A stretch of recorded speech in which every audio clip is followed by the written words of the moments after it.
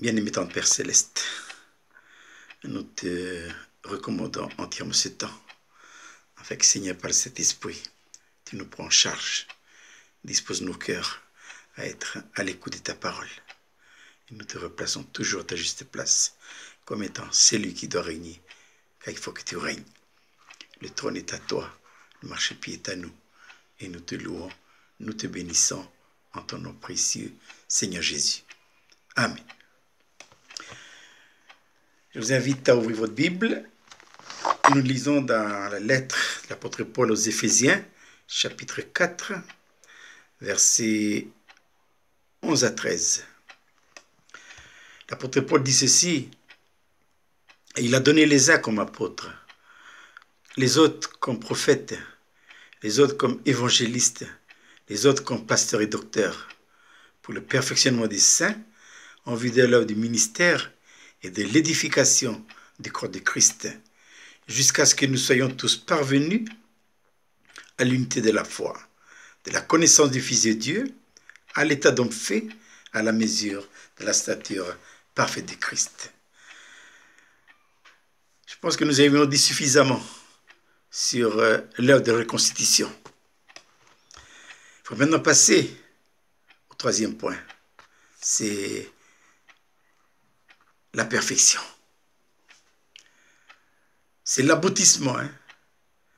Quand le Seigneur commence une œuvre dans une vie, il ne fait jamais les choses à moitié. Ce qui commence, il le termine. Il a dit, je suis l'alpha et l'oméga. Je commence et je termine.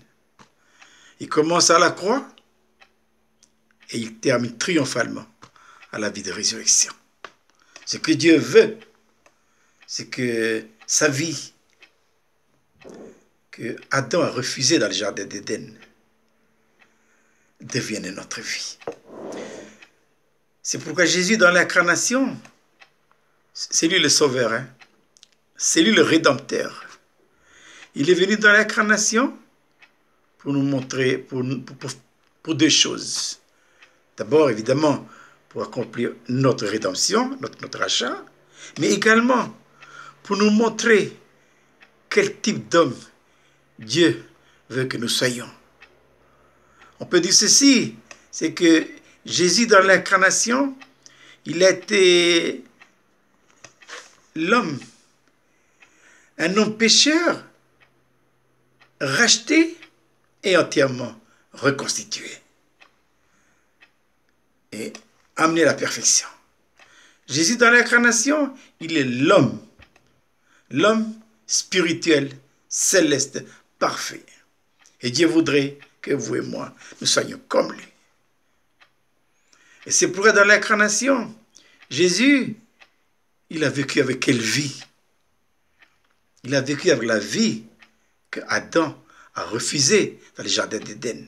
Vous vous rappelez?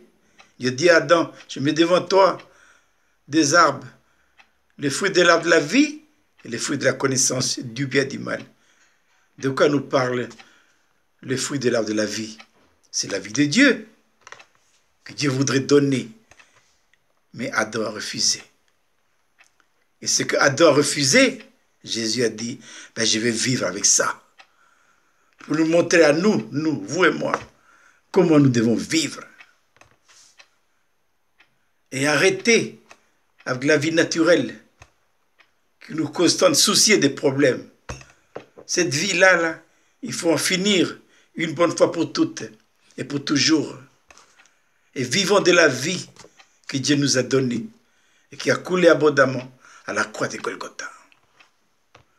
Et Jésus, pendant l'incarnation, il a vécu avec cette vie-là. Où est la vie? Elle est dans notre esprit. Il faut bien faire la différence entre la vie dans notre esprit et la vie dans notre âme. La vie dans notre esprit, en termes grecs, c'est Zoé, c'est la vie incréée, qui n'a pas été créée, mais que Dieu donne. Et la vie dans notre âme, c'est psyché, c'est la vie naturelle, qui doit finir. Il faut que Zoé devienne notre vie. Et Jésus, il a vécu avec ça. Voilà. On avait dit de la nouvelle naissance, le Saint-Esprit est venu où? Dans notre esprit. Hein? On est né de nouveau dans notre esprit. Notre esprit qui était mort revit.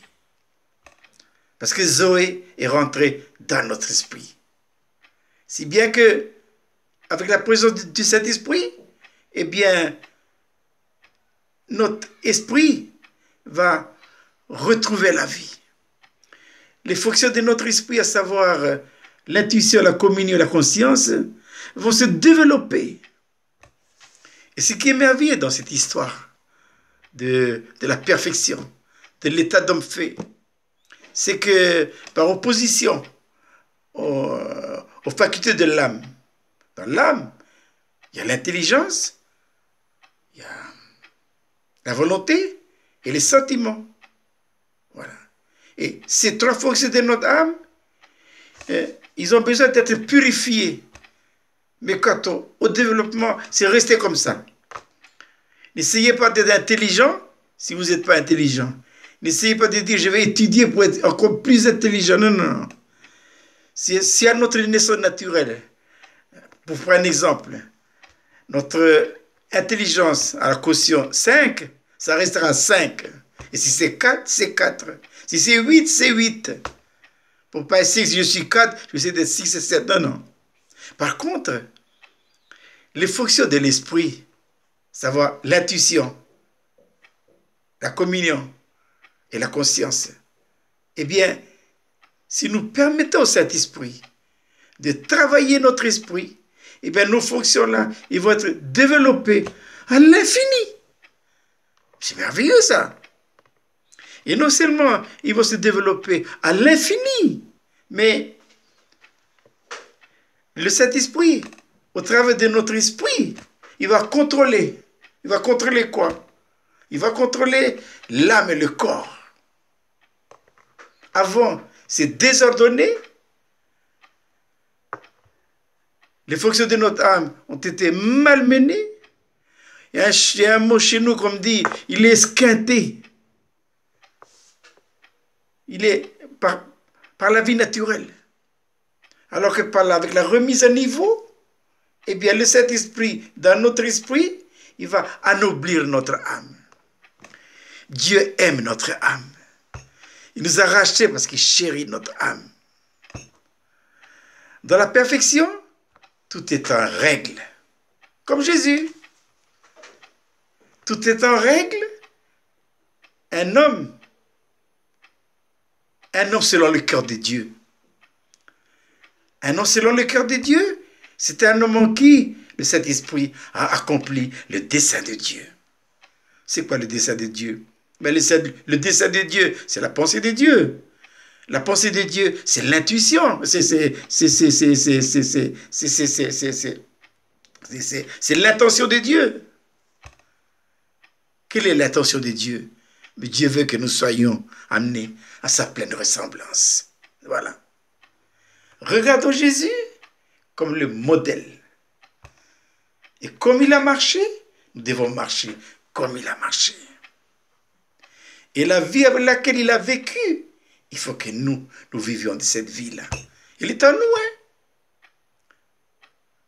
Et comment a-t-il libéré sa vie pour que sa vie devienne notre vie? Dans Jean chapitre 12, eh bien, un jour, les Grecs, ils sont venus. Ils ont dit à Philippe, on veut voir Jésus. On veut voir Jésus. Évidemment, ils sont venus de loin pour voir de Jésus. Ils ont entendu la renommée de Jésus a parcouru tout l'Asie mineure. Ils étaient en Israël.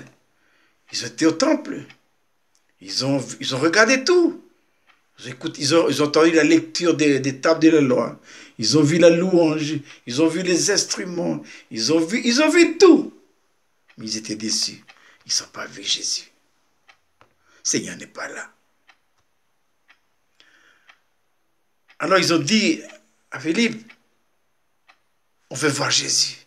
avec instance. On ne peut pas retourner chez nous si on n'a pas vu Jésus. Philippe a été voir André. Et André a dit, ben, on va aller voir le Seigneur. Ils sont allés voir le Seigneur. Ils ont dit à Jésus, Maître, il y a les Grecs là. Ils sont venus de très loin. Ils veulent te voir. Jésus ne leur a pas dit, va leur dire de venir demain ou après-demain.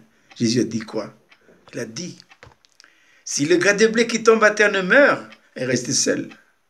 Mais s'il meurt, il porte beaucoup de fruits. C'est qui le grain de blé? C'est lui. Par sa mort, il a libéré sa vie. Par sa mort, il a multiplié. Non, il a démultiplié sa vie. Et nous qui sommes nés de nouveau, nous héritons de cette démultiplication. La vie.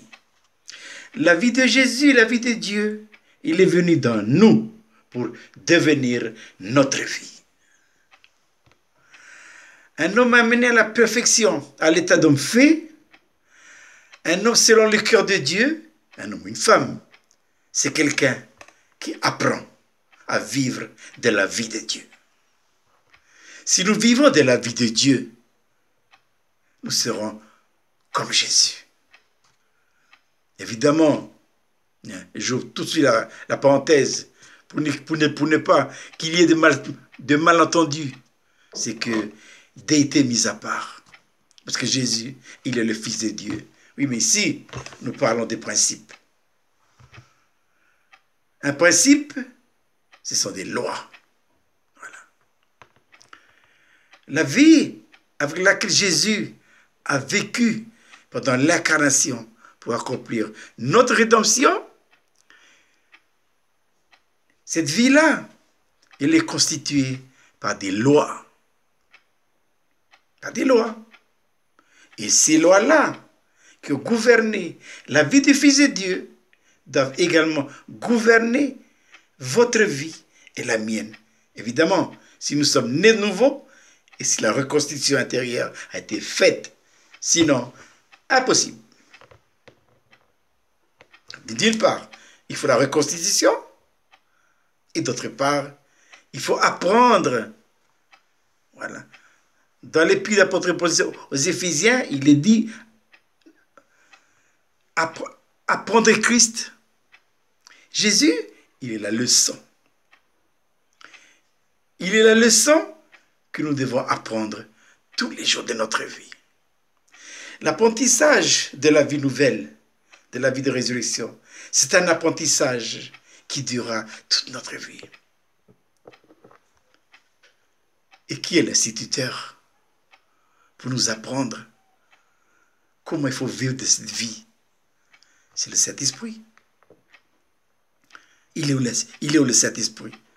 Il est en nous. Il est dans notre esprit. Rendez compte, hein? Le Saint-Esprit, hein?